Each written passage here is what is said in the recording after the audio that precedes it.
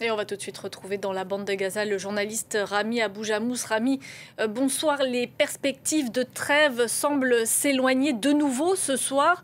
Comment réagit la population palestinienne? C'est une déception, parce que tout le monde attendait une bonne nouvelle, tout le monde attendait que ça va être un cessez-le-feu qui va être déclaré, surtout avec les déclarations hier de Trump en disant que ça va être dans cette nuit ou demain, c'est-à-dire hier aujourd'hui. Tout le monde s'attendait à ça parce que on veut que tout ça, ça s'arrête. La population est surépuisée, la population est épuisée physiquement, moralement, psychologiquement, déplacement à autre, bombardement 24/7 et la famine. Donc on voulait que tout ça, ça s'arrête. Et là, malheureusement, avec la déclaration que déjà Witkoff, il l'a refusé avant que les Israéliens le refusent. Donc ça se voit que il y a pas d'espoir que ça marche et que ça on va revenir à nouveau au point de départ pour renégocier un cessez-le-feu. Je sais pas pourquoi le Hamas ils ont joué un peu la carte de OK, on a accepté, mais on veut changer un peu pas les conditions, mais la façon de libérer les prisonniers. En tout cas, tout de suite, c'est Witkoff qui l'a refusé au début, avant que ce soit Israël.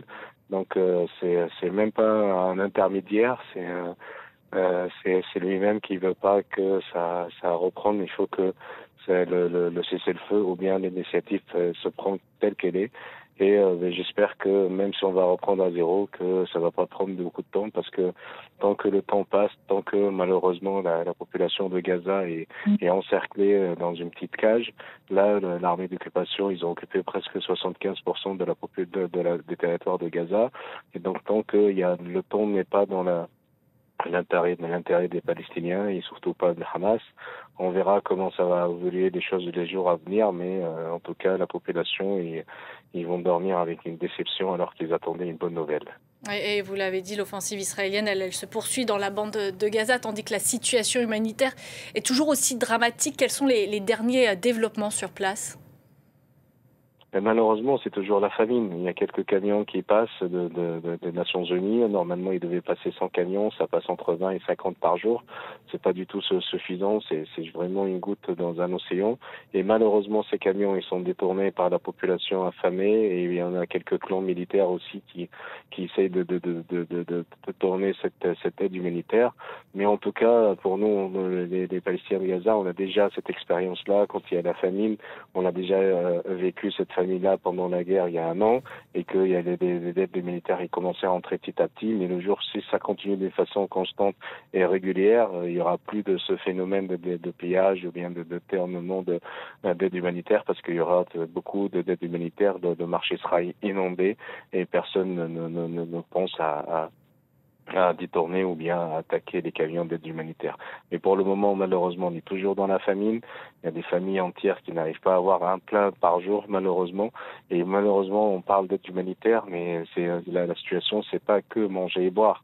Il y a aussi ce secteur de santé qui est anéanti, surtout le secteur public. Les hôpitaux, les hôpitaux au nord, ils sont presque tous hors service. Il n'y a aucun hôpital. Le dernier, c'était l'hôpital Lauda. Il a été forcé de se déplacer. Ils ont expulsé tous les patients et les médecins et les fonctionnaires qui travaillaient dans cet hôpital vers le sud, pardon, l'armée d'occupation. Et donc maintenant, au nord, il n'y a aucun hôpital en service. À Gazaville, pareil, l'hôpital Shifa, il est à 20% de capacité. Il a été détruit, attaqué plusieurs fois. L'autre hôpital qui était un peu l'alternatif, l'hôpital Baptiste, pareil, il a été bombardé il y a un mois, donc il est hors service. Il est vraiment, il travaille une fonction partielle.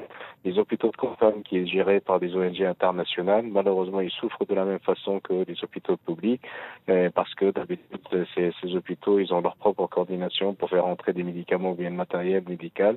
Malheureusement, ça fait 2 mois que rien n'est passé.